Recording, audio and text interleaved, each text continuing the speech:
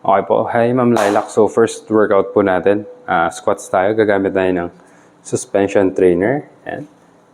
So, handle level niya is chest level or shoulder. Ayan.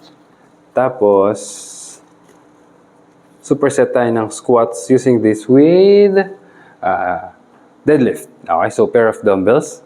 Kailangan natin. First, gagawa tayo ng 20 repetitions of squats. So, parang ganito. So, down, up, inhale, exhale up. Alright? And then, dumbbells. So, deadlift tayo. Alright? So, set up muna natin si squats. Feet, shoulder width apart. Alright? Level lang shoulder natin, yung width niyang paa natin. So, from magkadikit, heel, toe out. Alright? Tapos, toes slightly pointing out.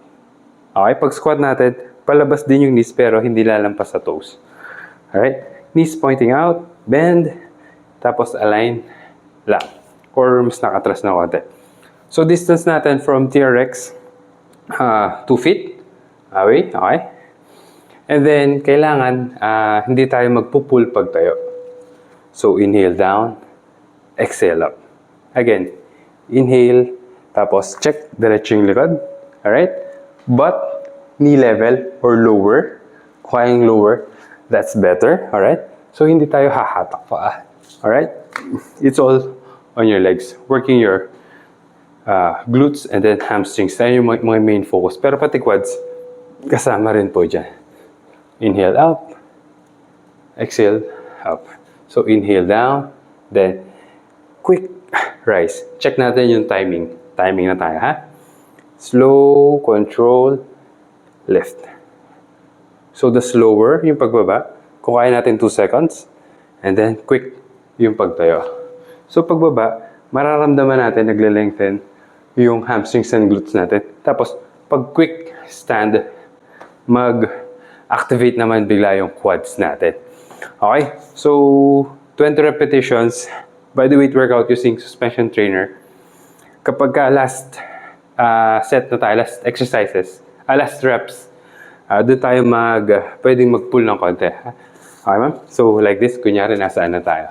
19 or 20th rep. Inhale down, pull. Last one. Coach, pagod na ako. Nagsishake na ng konti yung knees. Okay lang yan po. Down, konting pull. Then, tayo. Alright? Para makompleto natin yung 20 repetitions. Next, right after that, so walang masyadong pahinga. Hinga lang, 10 seconds, 10 to 30. Tapos switch tayo sa deadlift. Alright. Dito naman po, hip width yung stance natin. Yung legs natin, kasing laki lang ng half turn. Then, toes slightly pointing out. Kung gaano kalapad yung hips, ganun yung distance ng paa. Dumbbell sa harap ng legs. Alright. Then, pull your shoulders back. Lift chest. Always brace your core.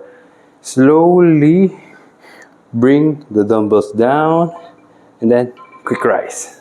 Alright, again. Inhale, exhale up.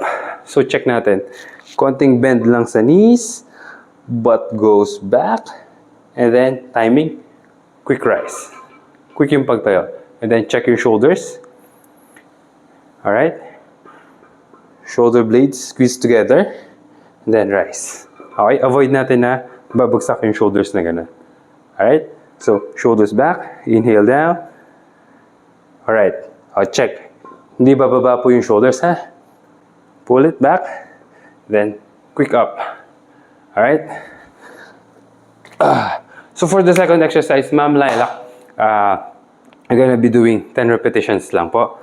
And then, rest tayo ng 1 minute. We're gonna be doing this for 4 sets to 5. Alright?